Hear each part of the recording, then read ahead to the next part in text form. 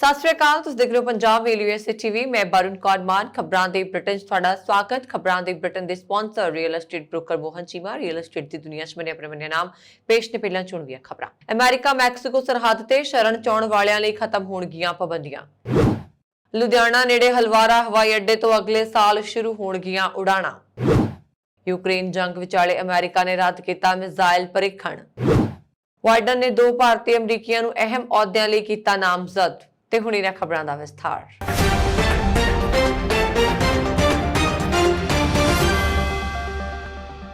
ਇੱਕ ਅਮਰੀਕੀ ਰਾਸ਼ਟਰਪਤੀ ਨੇ ਅਮਰੀਕਾ ਮੈਕਸੀਕੋ ਦੀ ਸਰਹੱਦ ਤੇ ਸ਼ਰਨ ਚਾਉਣ ਵਾਲਿਆਂ ਤੇ ਜਨਤਕ ਸਿਹਤ ਦੇ ਆਧਾਰ ਤੇ ਪਾਬੰਦੀ ਲਗਾਈ ਸੀ, ਜੋ ਇਮੀਗ੍ਰੇਸ਼ਨ ਨੂੰ ਪੂਰੀ ਤਰ੍ਹਾਂ ਨਾਲ ਪਾਬੰਦੀਸ਼ੁਦਾ ਕਰਨਾ ਚਾਹੁੰਦੇ ਸਨ। ਪਰ ਹੁਣ ਇਸ ਨੂੰ ਜਲਦ ਹੀ ਦੂਜੇ ਰਾਸ਼ਟਰਪਤੀ ਦੁਆਰਾ ਖਤਮ ਕੀਤਾ ਜਾਏਗਾ, ਜੋ ਪ੍ਰਵਾਸੀਆਂ ਦਾ ਸਵਾਗਤ ਕਰਨ ਲਈ ਆਪਣੀ ਹੀ ਪਾਰਟੀ ਦੇ ਅੰਦਰੋਂ ਵੱਧਦੇ ਦਬਾਅ ਦਾ ਸਾਹਮਣਾ ਕਰ ਰਹੇ ਨੇ।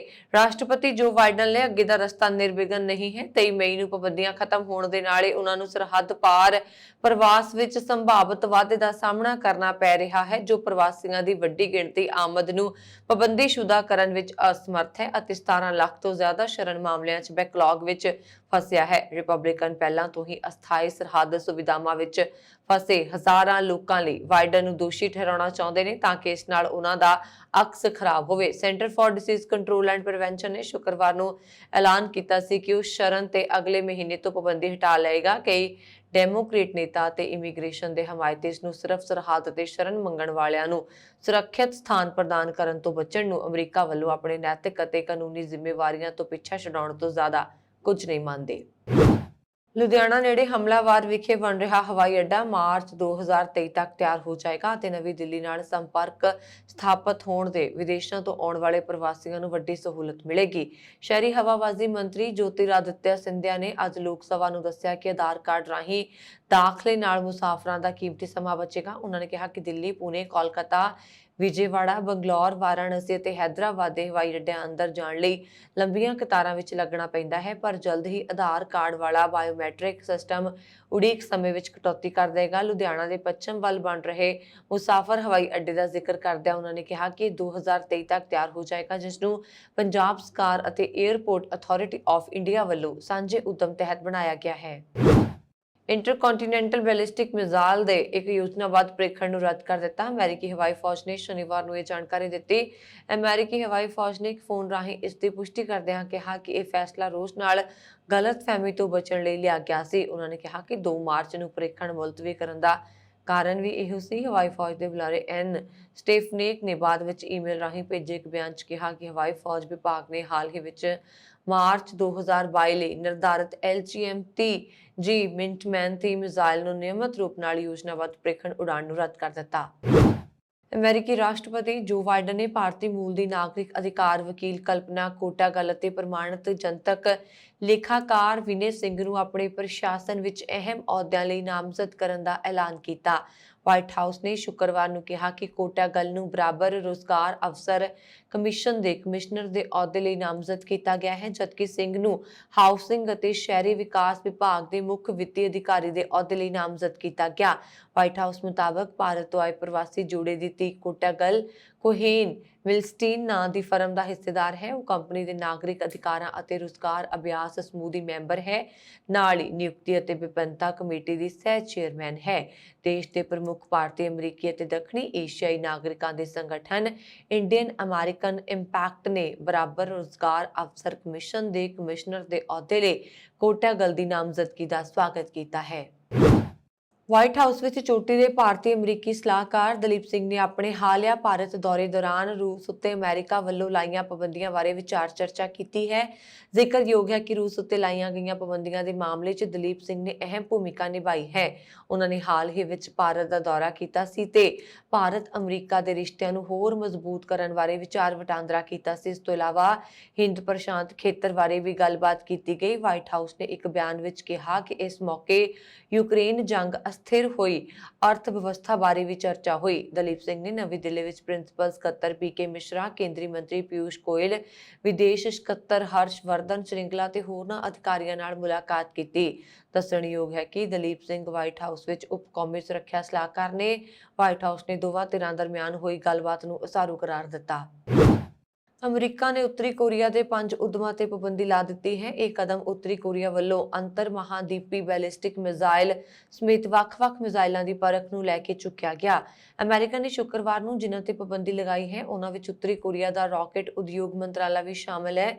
ਉੱਤਰੀ ਕੋਰੀਆ ਨੇ ਹਾਲ ਹੀ ਵਿੱਚ ICBM ਦੀ ਪਰਖ ਕੀਤੀ। ਉਹਨਾਂ ਨੇ 4 ਸਾਲ ਤੋਂ ਜ਼ਿਆਦਾ ਸਮੇਂ ਬਾਅਦ ਲੰਬੀ ਦੂਰੀ ਤੱਕ ਮਾਰ ਕਰਨ ਵਾਲੀ ਮਿਜ਼ਾਈਲ ਦੀ ਪਰਖ ਕੀਤੀ। ਇਧਰ ਸੰਯੁਕਤ ਰਾਸ਼ਟਰ ਦੀ ਇੱਕ ਰਿਪੋਰਟ ਵਿੱਚ ਦੱਸਿਆ ਗਿਆ ਕਿ ਉੱਤਰੀ ਕੋਰੀਆ 2021 ਚ ਆਪਣੀ ਵਿਕਸਿਤ ਕਰਨ ਚ ਸਮਰੱਥਾ ਨੂੰ ਲੱਗਾ ਰਿਹਾ। ਹਾਲਾਂਕਿ ਕੋਰੋਨਾ ਮਹਾਮਾਰੀ ਕਾਰਨ ਉਸ ਦੀਆਂ ਸਰਹੱਦਾਂ ਬੰਦ ਰਹੀਆਂ। ਸੰਯੁਕਤ ਰਾਸ਼ਟਰ ਸੁਰੱਖਿਆ ਕੌਂਸਲ ਦੇ ਮਾਹਿਰਾਂ ਨੇ ਆਪਣੀ ਸਾਲਾਨਾ ਰਿਪੋਰਟ ਵਿੱਚ ਜਾਣਕਾਰੀ ਦਿੱਤੀ। ਸ਼ੁੱਕਰਵਾਰ ਨੂੰ ਜਾਰੀ ਰਿਪੋਰਟ ਵਿੱਚ ਇਹ ਵੀ ਕਿਹਾ ਗਿਆ ਕਿ ਉੱਤਰੀ ਕੋਰੀਆ ਸੰਯੁਕਤ ਰਾਸ਼ਟਰ ਸੁਰੱਖਿਆ ਕੌਂਸਲ ਦੇ ਪ੍ਰਸਤਾਵਾਂ ਤੋਂ ਬਚਦੇ ਹੋਏ ਵਿਦੇਸ਼ ਤੋਂ ਆਪਣੇ ਪਰਮਾਣੂ ਤੇ ਬੈਲਿਸਟਿਕ ਮਿਜ਼ਾਈਲ ਪ੍ਰੋਗਰਾਮਾਂ ਲਈ ਸਮੱਗਰੀ ਤੇ ਤਕਨੀਕ ਹਾਸਲ ਕਰਨ 'ਚ ਲੱਗਾ ਹੈ। ਲੈਬਾਨਨ ਪੈਂਸਿਲਵੇਨੀਆ 'ਚ ਘਰੇਲੂ ਝਗੜਾ ਨਿਪਟਾਉਣ ਗਈ ਪੁਲਿਸ ਉੱਪਰ ਗੋਲੀਆਂ ਚਲਾਏ ਜਾਣ ਕਾਰਨ ਇੱਕ ਪੁਲਿਸ ਅਫਸਰ ਦੀ ਮੌਤ ਹੋ ਗਈ, ਜਦਕਿ ਇੱਕ ਹੋਰ ਗੰਭੀਰ ਜ਼ਖਮੀ ਹੋ ਗਿਆ। ਪੁਲਿਸ ਦੀ ਜਵਾਬੀ ਕਾਰਵਾਈ ਵਿੱਚ ਹਮਲਾਵਰ ਵੀ ਮੌਕੇ ਉੱਪਰ ਮਾਰਿਆ ਗਿਆ। ਲੈਬਾਨਨ ਕਾਉਂਟੀ ਦੇ ਜ਼ਿਲ੍ਹਾ ਅਟਾਰਨੀ ਪੀਰ ਹੈਸ ਕਰਾਫ ਨੇ ਪੱਤਰਕਾਰਾਂ ਨਾਲ ਗੱਲਬਾਤ ਕਰਦਿਆਂ ਦੱਸਿਆ ਕਿ ਘਰ ਦੇ ਮਾਲਕ ਵੱਲੋਂ ਘਰੇਲੂ ਗੜਬੜ ਹੋਣ ਸੰਬੰਧੀ ਫੋਨ ਕਰਨ ਤੇ ਪੁਲਿਸ ਮੌਕੇ ਤੇ ਪੁੱਜੀ। ਜਦੋਂ ਪੁਲਿਸ ਅਫਸਰ ਘਰ ਵਿੱਚ ਦਾਖਲ ਹੋਏ ਤਾਂ ਉਹਨਾਂ ਉੱਪਰ 34 ਸਾਲਾ ਟ੍ਰੈਵਿਸ ਸ਼ੌਰਟ ਨੇ ਗੋਲੀਆਂ ਦੀ ਵਿਛਾੜ ਕਰ ਦਿੱਤੀ। ਪੁਲਿਸ ਵੱਲੋਂ ਕੀਤੀ ਗਈ ਜਵਾਬੀ ਕਾਰਵਾਈ 'ਚ ਹਮਲਾਵਰ ਸ਼ੌਰਟ ਦੀ ਮੌਕੇ ਉੱਪਰ ਮੌਤ ਹੋ ਗਈ। ਮਾਰਿਆ ਗਿਆ ਪੁਲਿਸ ਅਫਸਰ ਲੈਫਟੀਨੈਂਟ ਵਿਲੀਅਮ ਲੈਬੋ ਸੀ, ਜਿਸਨੇ 1 ਮਈ 2022 ਨੂੰ ਸੇਵਾ ਮੁਕਤ ਹੋਣਾ ਸੀ। ਉਸਨੇ ਪੁਲਿਸ ਵਿਭਾਗ ਵਿੱਚ 40 ਸਾਲ ਸੇਵਾ ਕੀਤੀ। दूसरा पुलिस अधिकारी का नाम डेरेक अंडरकॉल्फर है, जिसकी हालत गंभीर है पर स्थिर है। चाइना ईस्टर्न एयरलाइंस के बोइंग 737-800 जहाज के पिछले महीने हादसाग्रस्त होने के कारण का पता लगाने च मदद करने लिए अमेरिकी जांचकर्ता शनिवार को चीन पहुंचे। चाइना ईस्टर्न एयरलाइंस का जहाज कुनमिंग तो दक्षिणी पूर्वी चीन के ਗਵਾਂਗਜੂ ਆਉਂਦੇ ਸਮੇਂ 21 ਮਾਰਚ ਨੂੰ ਹਾਦਸਾਗ੍ਰਸਤ ਹੋ ਗਿਆ ਸੀ। ਇਸ ਹਾਦਸੇ ਵਿੱਚ ਜਹਾਜ਼ ਵਿੱਚ 132 ਲੋਕਾਂ ਦੀ ਮੌਤ ਹੋ ਗਈ। ਅਮਰੀਕਾ ਦੇ ਨੈਸ਼ਨਲ ਟਰਾਂਸਪੋਰਟੇਸ਼ਨ ਸੇਫਟੀ ਬੋਰਡ ਦੀ 7 ਮੈਂਬਰੀ ਟੀਮ ਇਸ ਹਾਦਸੇ ਸੰਬੰਧੀ ਜਾਂਚ ਚੀਨ ਦੇ ਸ਼ਹਿਰੀ ਹਵਾਬਾਜ਼ੀ ਪ੍ਰਸ਼ਾਸਨ ਦੀ ਮਦਦ ਕਰੇਗੀ। ਫੈਡਰਲ ਅਧਿਕਾਰੀਆਂ ਨੇ ਸ਼ੁੱਕਰਵਾਰ ਨੂੰ ਦੱਸਿਆ ਕਿ ਜਾਂਚ ਵਿੱਚ ਸਹਾਇਤਾ ਮੁਹੱਈਆ ਕਰਵਾਉਣ ਦੀ ਕੋਸ਼ਿਸ਼ ਤਹਿਤ ਜਹਾਜ਼ ਤੇ कॉकपिट वॉइस रिकॉर्डर ਨੂੰ ਡਾਊਨਲੋਡ ਕਰਕੇ ਵਾਸ਼ਿੰਗਟਨ ਸਥਿਤ ਅਮਰੀਕੀ ਪ੍ਰਯੋਗਸ਼ਾਲਾ ਵਿੱਚ ਇਸ ਦਾ ਵਿਸ਼ਲੇਸ਼ਣ ਕੀਤਾ ਜਾ ਰਿਹਾ ਹੈ। ਜਾਂਚਕਰਤਾਵਾਂ ਨੂੰ ਉਮੀਦ ਹੈ ਕਿ ਇਸ ਰਿਕਾਰਡਿੰਗ ਤੋਂ ਇਹ ਪਤਾ ਲੱਗੇਗਾ ਕਿ ਦੱਖਣੀ ਪੂਰਬੀ ਪਹਾੜ ਖੇਤਰ 'ਚ ਕਰੀਬ 8,800 ਮੀਟਰ ਉਚਾਈ ਤੋਂ ਜਹਾਜ਼ ਹੇਠਾਂ ਕਿਵੇਂ ਡਿੱਗਿਆ। ਜਾਂਚਕਰਤਾਵਾਂ ਨੂੰ ਜਹਾਜ਼ ਦਾ ਫਲਾਈਟ ਡਾਟਾ ਰਿਕਾਰਡਰ ਵੀ ਮਿਲ ਗਿਆ ਹੈ, ਪਰ ਇਸ ਦਾ ਸ਼ੁੱਕਰਵਾਰ ਨੂੰ ਵਾਸ਼ਿੰਗਟਨ ਵਿੱਚ ਅਧਿਐਨ ਨਹੀਂ ਕੀਤਾ ਗਿਆ। विश्व सेहत संगठन ने अपनी ताज़ा रिपोर्ट विच नवे वेरिएंट बारे जानकारी दी है। कोविड-19 का यह नवा वेरिएंट यूके विच पाया गया है। WHO की रिपोर्ट विच कहा गया है कि XE नां दा यह नवा वेरिएंट कोरोना के किसी भी वेरिएंट तो वध फैलण वाला हो सकता है। XE एक रिकाबिनेंट जो कि BA1 और BA2 ओमिक्रॉन का म्यूटेशन है। इस तरह का म्यूटेशन उदों पैदा होता है जो कोई मरीज कोरोना के कई तरह के वेरिएंट तो संक्रमित हो जाता है। WHO ने कहा कि नवा वेरिएंट XE ओमिक्रॉन के सब वेरिएंट BA2 के मुकाबले 10% वध फैलण वाला है। WHO ने कहा कि शुरुआती अनुमान BA2 के मुकाबले 10% वध संक्रमण होने का संकेत है। हालांकि इस दे लई होर पुष्टि की लोड़ है। ब्रिटेन की सेहत एजेंसी ने कहा कि XE की पहली बार 19 जनवरी को पता लगा सी। हुण तक वेरिएंट के 637 नवे मामले सामने आ चुके हैं। इस विचाले ओमिक्रॉन का BA2 सब वेरिएंट दुनिया भर ਵਿੱਚ तेजी ਨਾਲ फैल रहा है। अमेरिका ਤੇ चीन ਵਿੱਚ BA2 वेरिएंट ਦੇ ਮਾਮਲਿਆਂ ਵਿੱਚ ਕਾਫੀ ਵਾਧਾ ਹੋਇਆ ਹੈ। ਦੂਜੇ ਪਾਸੇ ਭਾਰਤ ਵਿੱਚ ਕੋਰੋਨਾ ਦੇ ਮਾਮਲਿਆਂ ਵਿੱਚ ਕਮੀ ਦੇਖੀ ਜਾ ਰਹੀ ਹੈ। ਆਸਟ੍ਰੇਲੀਆ 'ਚ ਘੜੀਆਂ ਸਵੇਰੇ 3 ਵਜੇ 1 ਘੰਟਾ ਪਿੱਛੇ ਹੋ ਗਈਆਂ। ਦੱਸ ਦਈਏ ਕਿ ਸੂਰਜੀ ਪ੍ਰਕਾਸ਼ ਦੀ ਸਹੀ ਵਰਤੋਂ ਕਰਨ ਲਈ ਆਸਟ੍ਰੇਲੀਆ ਦੇ ਅਪ੍ਰੈਲ ਮਹੀਨੇ ਦੇ ਪਹਿਲੇ ਐਤਵਾਰ ਘੜੀਆਂ 1 ਘੰਟਾ ਪਿੱਛੇ ਕਰ ਦਿੱਤੀਆਂ ਜਾਂਦੀਆਂ ਨੇ ਅਤੇ ਅਕਤੂਬਰ ਮਹੀਨੇ ਦੇ ਪਹਿਲੇ ਐਤਵਾਰ ਇਹ ਘੜੀਆਂ ਨੂੰ ਇੱਕ ਵਾਰ ਫਿਰ ਤੋਂ 1 ਘੰਟਾ ਅੱਗੇ ਕਰ ਦਿੱਤਾ ਜਾਂਦਾ ਹੈ। ਆਸਟ੍ਰੇਲੀਆ ਦੇ ਰਾਜ New South Wales, Victoria, Tasmania ਅਤੇ ਆਸਟ੍ਰੇਲੀਅਨ ਕੈਪੀਟਲ ਟੈਰੀਟਰੀ ਦਾ ਇਹ ਸਮਾਂ ਬਦਲਿਆ ਜਾਂਦਾ ਹੈ, ਜਦਕਿ Queensland, Northern Territory, Western Australia, Christmas Island 'ਚ ਸਮਾਂ ਨਹੀਂ ਬਦਲਿਆ ਜਾਂਦਾ। ਇੱਥੇ ਦੱਸਣਯੋਗ ਹੈ ਕਿ ਦੁਨੀਆ ਭਰ ਦੇ 70 ਦੇਸ਼ ਅਜਿਹੇ ਨੇ ਜਿਨ੍ਹਾਂ 'ਚ ਹਰ ਸਾਲ ਘੜੀਆਂ ਅੱਗੇ ਤੇ ਪਿੱਛੇ ਕੀਤੀਆਂ ਜਾਂਦੀਆਂ ਨੇ। 1997 ਵਿੱਚ ਆਸਟ੍ਰੇਲੀਆ ਦੇ ਤਸਮਾਨੀਆ ਤੋਂ ਇਸ ਦੀ ਸ਼ੁਰੂਆਤ ਕੀਤੀ ਗਈ, ਜਦਕਿ New South Wales, Australian Capital Territory, Victoria ਅਤੇ ਸਾਊਥ ਆਸਟ੍ਰੇਲੀਆ 'ਚ 1971 ਤੋਂ ਇਸ ਨੂੰ ਅਪਣਾ ਲਿਆ ਗਿਆ। ਵਿਦੇਸ਼ਾਂ ਵਿੱਚ ਕੈਦ ਭਾਰਤੀਆਂ ਦੀ ਗਿਣਤੀ ਘੱਟ ਨਹੀਂ ਹੈ। ਕੇਂਦਰ ਸਰਕਾਰ ਨੇ ਲੋਕ ਸਭਾ 'ਚ ਅੰਕੜੇ ਜਾਰੀ ਕੀਤੇ ਨੇ। ਲੋਕ ਸਭਾ ਵਿੱਚ ਜਾਰੀ ਕੀਤੀ ਗਈ ਸਰਕਾਰ ਦੀ ਰਿਪੋਰਟ ਵਿੱਚ ਕਿਹਾ ਗਿਆ ਹੈ ਕਿ ਵਿਦੇਸ਼ੀ ਜੇਲ੍ਹਾਂ ਵਿੱਚ ਕੁੱਲ 8,278 ਭਾਰਤੀ ਕੈਦੀ ਨੇ। ਇਨ੍ਹਾਂ 'ਚੋਂ 176 ਅਜਿਹੇ ਨੇ ਜੋ ਉਮਰ ਕੈਦ ਦੀ ਸਜ਼ਾ ਕੱਟ ਰਹੇ ਨੇ। ਵਿਦੇਸ਼ ਰਾਜ ਮੰਤਰੀ ਵੀ ਮੁਰਲੀਧਰਨ ਨੇ ਲੋਕ ਸਭਾ 'ਚ ਦੱਸਿਆ ਕਿ ਸਭ ਤੋਂ ਵੱਧ 1480 ਭਾਰਤੀ ਕੈਦੀ ਸੰਯੁਕਤ ਅਰਬ ਅਮੀਰਾਤ 'ਚ ਨੇ। ਉੱਥੇ ਹੀ ਸਭ ਤੋਂ ਵੱਧ ਉਮਰ ਕੈਦ ਦੀ ਸਜ਼ਾ ਕੱਟ ਰਹੇ ਭਾਰਤੀਆਂ ਦੀ ਗਿਣਤੀ ਮਲੇਸ਼ੀਆ 'ਚ ਹੈ। ਦੂਜੇ ਸਥਾਨ ਤੇ ਕੁਵੈਤ ਹੈ। ਇਸ ਦੇ ਨਾਲ ਹੀ ਬਹਿਰੀਨ ਤੇ ਚੀਨ ਤੀਜੇ ਨੰਬਰ ਤੇ ਨੇ। ਇਸ ਦੇ ਨਾਲ ਹੀ ਉਮਰ ਕੈਦ ਦੀ ਸਜ਼ਾ ਕੱਟ ਰਹੇ 12 ਕੈਦੀਆਂ ਨਾਲ ਓਮਾਨ ਚੌਥੇ ਨੰਬਰ ਤੇ ਹੈ। ਲੋਕ ਸਭਾ 'ਚ ਦਿੱਤੇ ਗਏ ਜਵਾਬ ਅਨੁਸਾਰ ਸੰਯੁਕਤ ਅਰਬ ਅਮੀਰਾਤ ਵਿੱਚ ਸਭ ਤੋਂ ਵੱਧ 1480 ਭਾਰਤੀ ਕੈਦੀ ਨੇ। ਸਾਊਦੀ ਅਰਬ ਦੂਜੇ ਤੇ ਨੇਪਾਲ ਤੀਜੇ ਨੰਬਰ ਤੇ ਹੈ। ਇਸ ਦੇ ਨਾਲ ਹੀ ਪਾਕਿਸਤਾਨ ਚੌਥੇ ਨੰਬਰ ਤੇ ਹੈ। ਕਤਰ ਪੰਜਵੇਂ ਨੰਬਰ ਤੇ ਹੈ। ਲੋਕ ਸਭਾ 'ਚ ਦਿੱਤੀ ਜਾਣਕਾਰੀ ਅਨੁਸਾਰ ਵਿਦੇਸ਼ਾਂ 'ਚ ਮੌਜੂਦਾ ਭਾਰਤੀ ਮਿਸ਼ਨ ਕੇਂਦਰ ਉੱਥੋਂ ਦੀ ਸਰਕਾਰ ਤੋਂ ਇਸ ਬਾਰੇ ਜਾਣਕਾਰੀ ਹਾਸਲ ਕਰਦੇ ਨੇ। ਕਿਸੇ ਭਾਰਤੀ ਕੈਦੀ ਦੀ ਗ੍ਰਿਫਤਾਰੀ ਜਾਂ ਹਿਰਾਸਤ ਬਾਰੇ ਸੂਚਨਾ ਮਿਲਣ ਤੇ ਸਥਾਨਕ ਵਿਦੇਸ਼ ਦਫ਼ਤਰ ਅਤੇ ਸਥਾਨਕ ਅਧਿਕਾਰੀ ਨਾਲ ਸੰਪਰਕ ਕੀਤਾ ਜਾਂਦਾ ਹੈ। ਅਧਿਕਾਰੀਆਂ ਨਾਲ ਸੰਪਰਕ ਕਰਕੇ ਗ੍ਰਿਫਤਾਰੀ ਬਾਰੇ ਅਹਿਮ ਜਾਣਕਾਰੀ ਮੰਗੀ ਜਾਂਦੀ ਹੈ ਤੇ ਇਹ ਯਕੀਨੀ ਬਣਾਇਆ ਜਾਂਦਾ ਹੈ ਕਿ ਉਹ ਭਾਰਤੀ ਹੈ ਜਾਂ ਨਹੀਂ। ਇਸ ਦੀ ਪੁਸ਼ਟੀ ਹੋਣ ਤੋਂ ਬਾਅਦ ਭਾਰਤ ਮਿਸ਼ਨ ਤੇ ਕੇਂਦਰ ਵਿੱਚ ਮੌਜੂਦ ਭਾਰਤੀ ਵਕੀਲ ਉਹਨਾਂ ਦੀ ਕਾਨੂੰਨੀ ਮਦਦ ਕਰਦੇ ਨੇ। ਰਿਪੋਰਟ ਮੁਤਾਬਕ ਵਿਦੇਸ਼ੀ ਜੇਲ੍ਹਾਂ ਵਿੱਚ ਬੰਦ ਕੈਦੀਆਂ ਨੂੰ ਭਾਰਤ ਲਿਆਉਣ ਲਈ ਦੁਵੱਲਾ ਸਮਝੌਤਾ ਕੀਤਾ ਗਿਆ ਹੈ। ਇਸ ਤਹਿਤ ਜਨਵਰੀ 2020 ਤੋਂ ਫਰਵਰੀ 2022 ਤੱਕ ਕੈਦੀ ਵਾਪਸੀ ਐਕਟ 2003 ਤਹਿਤ 2 ਭਾਰਤੀ ਨਾਗਰਿਕਾਂ ਨੂੰ ਭਾਰਤ ਵਿੱਚ ਬਾਕੀ ਸਜ਼ਾ ਭੁਗਤਣ ਲਈ ਸ੍ਰੀਲੰਕਾ ਤੋਂ ਭਾਰਤ ਭੇਜਿਆ ਗਿਆ ਹੈ। ਇਸ ਤੋਂ ਇਲਾਵਾ ਜਰਮਨੀ ਤੋਂ 1, ਬੰਗਲਾਦੇਸ਼ ਤੋਂ 2 ਭਾਰਤੀ ਨਾਗਰਿਕਾਂ ਨੂੰ ਭਾਰਤ ਭੇਜਿਆ ਗਿਆ ਹੈ।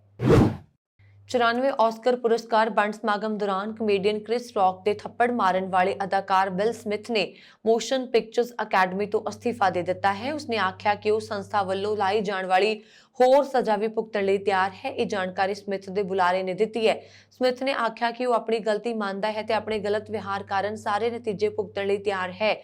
ਉਸਨੇ ਕਿਹਾ ਕਿ ਉਸਨੇ ਅਕੈਡਮੀ ਦਾ ਭਰੋਸਾ ਤੋੜਿਆ ਹੈ ਅਤੇ ਉਸਦੇ ਵਿਹਾਰ ਕਾਰਨ ਇਨਾਮ ਜਿੱਤਣ ਵਾਲੇ ਜਸ਼ਨ ਮਨਾਉਣ ਤੋਂ ਵੀ ਵਾਂਝੇ ਰਹੇ। ਸਮਿਥ ਨੇ ਕਿਹਾ ਕਿ ਉਸਦਾ ਦਿਲ ਟੁੱਟ ਗਿਆ ਹੈ ਤੇ ਉਹ ਹੁਣ ਉਹਨਾਂ ਲੋਕਾਂ ਤੋਂ ਧਿਆਨ ਕੇਂਦਰਿਤ ਕਰਨਾ ਚਾਹੁੰਦਾ ਹੈ ਜੋ ਆਪਣੀਆਂ ਪ੍ਰਾਪਤੀਆਂ ਲਈ ਇਨਾਮ ਦੇ ਹੱਕਦਾਰ ਨੇ ਅਤੇ ਅਕਾਦਮੀ ਨੂੰ ਬੁਲੰਦੀਆਂ ਤੇ ਪਹੁੰਚਾਉਣ ਲਈ ਯਤਨਸ਼ੀਲ ਨੇ। ਕਾਮੇਡੀਅਨ ਕ੍ਰਿਸ ਰੌਕ ਤੇ ਹਮਲੇ ਨੂੰ ਲੈ ਕੇ ਆਸਕਰ ਸ਼ੋਅ ਦੇ ਨਿਰਮਾਤਾ ਦਾ ਬਿਆਨ ਸਾਹਮਣੇ ਆਇਆ ਹੈ। ਉਹਨਾਂ ਨੇ ਕਿਹਾ ਕਿ ਕਾਮੇਡੀਅਨ ਕ੍ਰਿਸ ਰੌਕ ਤੇ ਹਮਲਾ ਕਰਨ ਤੋਂ ਬਾਅਦ ਪੁਲਿਸ ਅਧਿਕਾਰੀ ਵਿਲ ਸਮਿਥ ਨੂੰ ਗ੍ਰਿਫਤਾਰ ਕਰਨ ਲਈ ਤਿਆਰ ਸਨ। ਵੀਰਵਾਰ ਨੂੰ ਬਿਲ ਪੈਕਰ ਨੇ ਕਿਹਾ ਕਿ ਉਹ ਇਸ ਘਟਨਾ ਤੋਂ ਬਾਅਦ ਰੌਕ ਨਾਲ ਬੈਠੇ ਸਨ ਜਦੋਂ ਅਧਿਕਾਰੀ ਉਸ ਨਾਲ ਗੱਲ ਕਰ ਰਹੇ ਆਏ ਸਨ। ਉਹਨਾਂ ਨੇ ਕਿਹਾ ਕਿ ਤੁਸੀਂ ਜਾਣਦੇ ਹੋ ਇਹ ਬੈਟਰੀ ਹੈ। ਉਹਨਾਂ ਨੇ ਕਿਹਾ ਅਸੀਂ ਉਸ ਨੂੰ ਲੈ ਜਾਵਾਂਗੇ, ਅਸੀਂ ਤਿਆਰ ਹਾਂ, ਅਸੀਂ ਉਸ ਨੂੰ ਹੁਣੇ ਫੜਨ ਲਈ ਤਿਆਰ ਹਾਂ, ਤੁਸੀਂ ਦੋਸ਼ ਲਗਾ ਸਕਦੇ ਹੋ, ਅਸੀਂ ਉਸ ਨੂੰ ਗ੍ਰਿਫਤਾਰ ਕਰ ਸਕਦੇ ਹਾਂ। ਪੈਕਰ ਨੇ ABC ਟੈਲੀਵਿਜ਼ਨ ਨਾਲ ਗੱਲਬਾਤ ਕਰਦਿਆਂ ਇਹ ਵੀ ਜਾਣਕਾਰੀ ਦਿੱਤੀ ਹੈ। ਉਹਨਾਂ ਨੇ ਕਿਹਾ ਕਿ ਕ੍ਰਿਸ ਗ੍ਰਿਫਤਾਰੀ ਦੀ ਗੱਲ ਨੂੰ ਖਾਰਜ ਕਰ ਰਿਹਾ ਸੀ ਤੇ ਕਹਿ ਰਿਹਾ ਸੀ ਮੈਂ ਠੀਕ ਹਾਂ।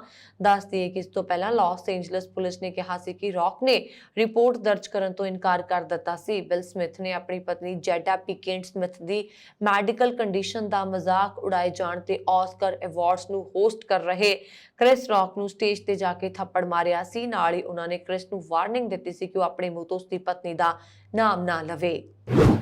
ਦਿੱਲੀ ਸਥਿਤ ਅਮਰੀਕੀ ਦੂਤਾਵਾਸ ਦੇ ਸਾਈਨ ਬੋਰਡ ਉੱਤੇ ਪੋਸਟਰ ਲਾਉਣ ਦੇ ਮਾਮਲੇ ਵਿੱਚ ਪੁਲਿਸ ਨੇ ਅਣਪਛਾਤੇ ਵਿਅਕਤੀਆਂ ਖਿਲਾਫ ਕੇਸ ਦਰਜ ਕੀਤਾ ਹੈ। ਪੋਸਟਰ ਵਿੱਚ ਕਥਿਤ ਤੌਰ ਤੇ ਭਾਰਤ ਨੂੰ ਧਮਕਾਉਣ ਖਿਲਾਫ ਬਾਈਡਨ ਪ੍ਰਸ਼ਾਸਨ ਨੂੰ ਚੇਤਾਵਨੀ ਦਿੱਤੀ ਗਈ ਹੈ। ਪੋਸਟਰ ਵਿੱਚ ਲਿਖਿਆ ਗਿਆ ਹੈ ਬੇਭਰੋਸੇਯੋਗ ਬਾਈਡਨ ਪ੍ਰਸ਼ਾਸਨ, ਭਾਰਤ ਨੂੰ ਧਮਕਾਉਣਾ ਬੰਦ ਕਰੋ, ਸਾਨੂੰ ਤੁਹਾਡੀ ਲੋੜ ਨਹੀਂ, ਅਮਰੀਕਾ ਨੂੰ ਚੀਨ ਖਿਲਾਫ ਭਾਰਤ ਦੀ ਲੋੜ ਹੈ, ਸਾਨੂੰ ਆਪਣੀਆਂ ਸਾਰੀਆਂ ਅਨੁਸ਼ਾਸਿਤ ਅਤੇ ਬਹਾਦਰ ਭਾਰਤੀ ਫੌਜਾਂ ਤੇ ਮਾਣ ਹੈ, ਜੈ ਜਵਾਨ ਜੈ ਭਾਰਤ। ਡੀਸੀਪੀ ਅੰਮ੍ਰਿਤਾ ਗੁਗਲੋਟ ਨੇ ਕਿਹਾ ਕਿ ਲੰਘੀ ਰਾਤ ਕਰੀਬ 10:15 ਤੇ ਉਕਤ ਘਟਨਾ ਬਾਰੇ ਸੂਚਨਾ ਮਿਲੀ ਸੀ, ਜਿਸ ਤੋਂ ਬਾਅਦ ਪੁਲਿਸ ਨੇ ਦਿੱਲੀ ਜਾਇਦਾਦ ਦੇ ਨੁਕਸਾਨ ਦੀ ਰੋਕਥਾਮ ਐਕਟ ਦੀ ਧਾਰਾ ਤਹਿਤ ਕੇਸ ਦਰਜ ਕੀਤਾ ਹੈ। ਡੀਸੀਪੀ ਨੇ ਅੱਗੇ ਦੱਸਿਆ ਕਿ ਮੁਲਾਜ਼ਮਾਂ ਨੂੰ ਫੜਨ ਲਈ ਯਤਨ ਜਾਰੀ ਨੇ। ਉਹਨਾਂ ਨੇ ਦੱਸਿਆ ਕਿ ਅਮਰੀਕੀ ਦੂਤਾਵਾਸ ਦੇ ਗੇਟ ਨੰਬਰ 7 ਨੇੜੇ ਸਾਈਨ ਬੋਰਡ ਤੇ ਲੱਗੇ ਇਸ ਪੋਸਟਰ ਉੱਪਰ ਹਿੰਦੂ ਸੈਨਾ ਦਾ ਲੋਗੋ ਸੀ। ਸੰਗਠਨ ਨੇ ਟਵਿੱਟਰ ਰਾਹੀਂ ਵੀ ਇਸ ਦੀ ਪੁਸ਼ਟੀ ਕੀਤੀ ਹੈ। ਹਿੰਦੂ ਸੈਨਾ ਦੇ ਰਾਸ਼ਟਰੀ ਪ੍ਰਧਾਨ ਵਿਸ਼ਨੂੰ ਗੁਪਤਾ ਨੇ 2 ਪੋਸਟਰ ਟਵੀਟ ਕੀਤੇ, ਜਿਨ੍ਹਾਂ ਵਿੱਚੋਂ ਇੱਕ ਅਮਰੀਕੀ ਦੂਤਘਰ ਦੇ ਬਾਹਰ ਚਿਪਕਾਇਆ ਗਿਆ ਸੀ, ਜਦਕਿ ਦੂਜੇ ਵਿੱਚ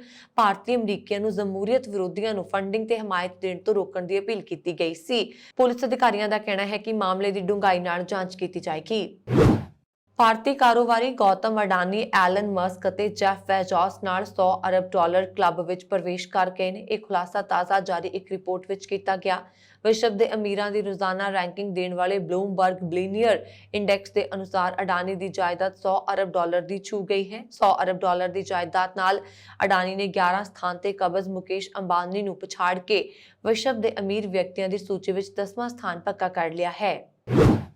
ਲੰਘੇ ਵਰੇ 31 ਮਾਰਚ ਨੂੰ ਸ਼੍ਰੋਮਣੀ ਗੁਰਦੁਆਰਾ ਪ੍ਰਬੰਧਕ ਕਮੇਟੀ ਦੀ ਉਸ ਸਮੇਂ ਦੀ ਪ੍ਰਧਾਨ ਬੀਬੀ ਜਗੀਰ ਕੌਰ ਨੇ ਸੰਗਤ ਨੂੰ ਦਿੱਤੇ ਜਾਣ ਵਾਲਾ ਪਤਾਸਿਆਂ ਦਾ ਪ੍ਰਸ਼ਾਦ ਬੰਦ ਕਰਵਾ ਦਿੱਤਾ ਸੀ, ਜਿਸ ਨੂੰ ਮੁੜ 1 ਸਾਲ ਬਾਅਦ 1 ਅਪ੍ਰੈਲ ਨੂੰ ਮੌਜੂਦਾ ਪ੍ਰਧਾਨ ਐਡਵੋਕੇਟ ਹਰਜਿੰਦਰ ਸਿੰਘ ਧਾਮੀ ਨੇ ਸ਼ੁਰੂ ਕਰਵਾ ਦਿੱਤਾ ਹੈ। ਪਤਾਸਿਆਂ ਦਾ ਪ੍ਰਸ਼ਾਦ ਬੰਦ ਹੋਣ ਕਾਰਨ ਸੰਗਤ ਵਿੱਚ ਨਿਰਾਸ਼ਾ ਪਾਈ ਜਾ ਰਹੀ ਸੀ। ਦੱਸਣਯੋਗ ਹੈ ਕਿ 31 ਮਾਰਚ 2021 ਦੇ ਬਜਟ ਸਮੇਂ ਬੀਬੀ ਜਗੀਰ ਕੌਰ ਨੇ ਪਤਾਸਿਆਂ ਦਾ ਪ੍ਰਸ਼ਾਦ ਬੰਦ ਕਰਵਾ ਦਿੱਤਾ ਸੀ। ਉਹਨਾਂ ਨੇ ਕਿਹਾ ਸੀ ਕਿ ਸਮੁੱਚੀ ਸੰਗਤ ਨੂੰ ਸਾਂਝੇ ਰੂਪ ਵਿੱਚ ਕੜਾਹ ਪ੍ਰਸ਼ਾਦ ਦੀ ਦੇਗ ਵਰਤਾਈ ਜਾਂਦੀ ਹੈ ਤੇ 2 ਤਰ੍ਹਾਂ ਦਾ ਪ੍ਰਸ਼ਾਦ ਵਰਤਾਇਆ ਜਾਣਾ ਵਾਜਬ ਨਹੀਂ ਹੈ। 1 ਸਾਲ ਦੇ ਸਮੇਂ ਤੋਂ ਦਰਬਾਰ ਸਾਹਿਬ ਵਿਖੇ ਅਰਦਾਸ ਕਰਵਾਉਣ ਜਾਂ ਰੁਮਾਲਾ ਸਾਹਿਬ ਭੇਂਟ ਕਰਨ ਤੇ ਸੰਗਤ ਨੂੰ ਪਤਾਸਿਆਂ ਦਾ ਪ੍ਰਸ਼ਾਦ ਦਿੱਤਾ ਜਾਂਦਾ ਸੀ। ਭਾਵੇਂ ਦਰਬਾਰ ਸਾਹਿਬ ਵਿਖੇ ਕੜਾਹ ਪ੍ਰਸ਼ਾਦ ਤੇ ਨਾਲ ਪੰਜੀਰੀ ਪ੍ਰਸ਼ਾਦ ਵੀ ਸੰਗਤ ਨੂੰ ਮਿਲ ਜਾਂਦਾ ਹੈ, ਪਰ ਫਿਰ ਵੀ ਸੰਗਤ ਅਰਦਾਸ ਕਰਵਾਉਣ ਸਮੇਂ ਗੁਰੂ ਘਰ ਤੋਂ ਮਿਲਣ ਵਾਲੇ ਪ੍ਰਸ਼ਾਦ ਨੂੰ ਲੈ ਕੇ ਪ੍ਰਸੰਨ ਹੁੰਦੀ ਹੈ।